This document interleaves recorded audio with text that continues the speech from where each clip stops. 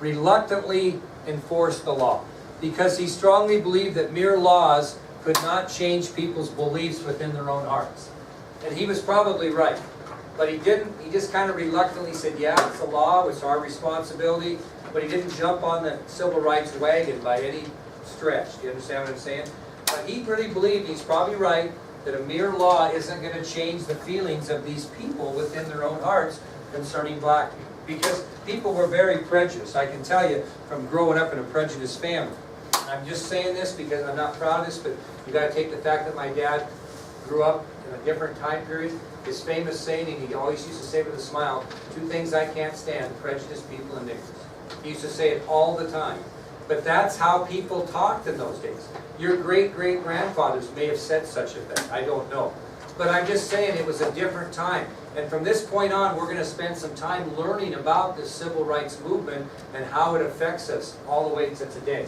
Okay? Well, that'll end that subtopic, and we'll end today with the election of 1956. 1956. So you can kind of see what happened in Eisenhower's first term. He passed some laws raising the minimum wage, putting more people on Social Security, etc., etc. He had to deal with a couple of civil rights issues, segregations in schools, okay? Those types of things. So, this really was kind of a stand-pat administration. As a result of that, the presidential candidates in the election of 1956 were exactly the same presidentially as in 1952. It's going to be President Eisenhower running for re-election and Adlai Stevenson, the governor of Illinois, running for the presidency. Now, Nixon would continue to be on the Eisenhower ticket, but this is kind of interesting. Stevenson went for a different vice president, okay? And there were two people that he was considering. One was Senator Estes Kefauver of Tennessee. That's one of the men that Stevenson was considering, Estes Kefauver of Tennessee. Okay, he was a senator from Tennessee. Anybody want to guess who else he was considering? Senator John F. Kennedy of Massachusetts. Okay, so that's what Stevenson was thinking. Who do I have the best chance of winning with? Senator Kefauver of Tennessee or Senator Kennedy of Massachusetts? Now you got to consider that Kennedy wasn't quite the legend then as he is now. Okay, but there's a story behind it. So, when the dust settled, it would be a Eisenhower-Nixon Republican ticket and a Stevenson-Kefauver Democratic ticket. John F. Kennedy did not get the nomination. He was narrowly defeated by Kefauver. That's an interesting story we'll tell you about. So, again, it'll be President Eisenhower and Vice President Nixon for the Republicans, Adlai Stevenson, the governor of Illinois, and Senator Estes Kefauver of Tennessee for the Democrats. Now, the Democrats charged Eisenhower with a few things, but I mean, really, he was pretty popular, but his is what he said. They said, quote, "The only order the ex-general ever gave during the last 4 years was to mark time." Okay, that's what the Democrats said about Eisenhower. The only order the ex-general ever gave during the last 4 years was to mark time. What does mark time mean? Or just, yeah, I'm going to mark time,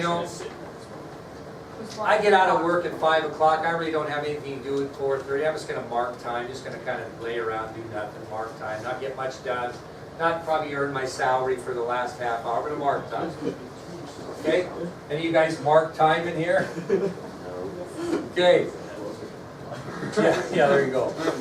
Well, the Democratic Party really criticized Eisenhower on these 4 counts. I'm going to give you the 4 counts that the Democratic Party really criticized Eisenhower. They're kind of interesting. And I don't know, I mean, they're kind of stupid. But they had no go because he was pretty popular. First thing they said is Eisenhower had his hands on his golf clubs, fly rod, and shotgun more than he had his hands on the government. That's probably true.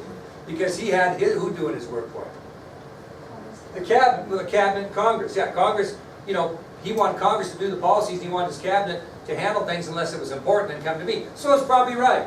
So they said he had his hands on his golf clubs, fly rod, and shotgun much more than he had his hands on government, which was probably true.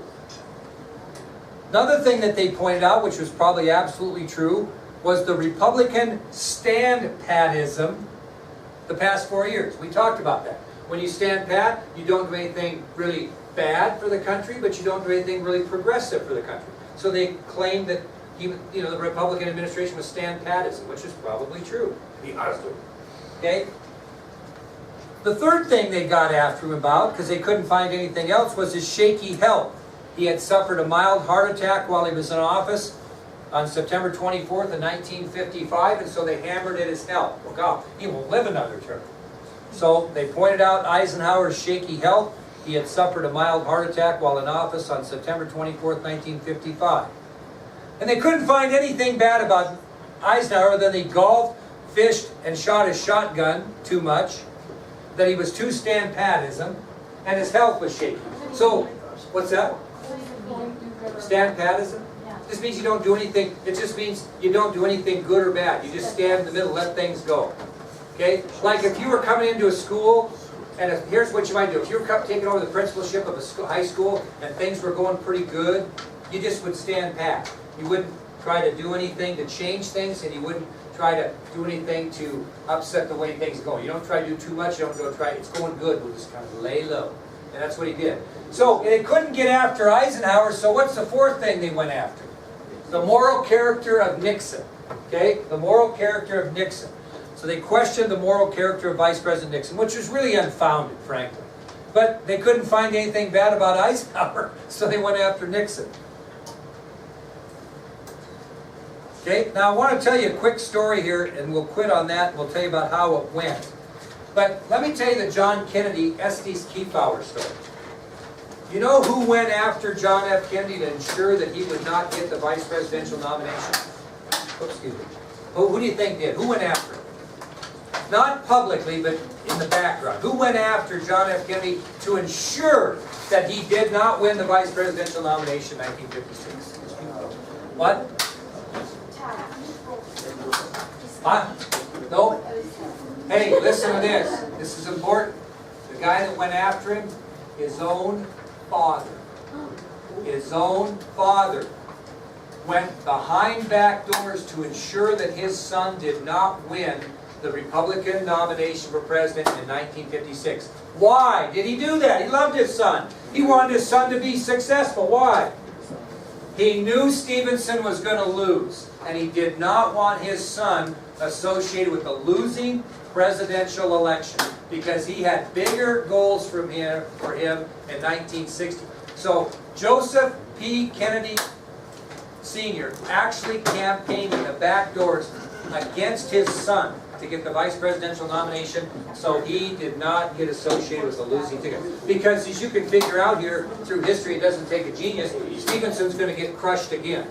And he's going to be a two-time loser, the nicest two-time loser you'll ever see, and he'll really do some great things for America as a non-president in the future, but he was a two-time loser. Okay, we'll finish up that election tomorrow, and then I'm pretty excited because we're going to talk about the space race with Russia and 1957 at a glance. Yes, Taylor? What does this fellow do? Like, is he involved in politics?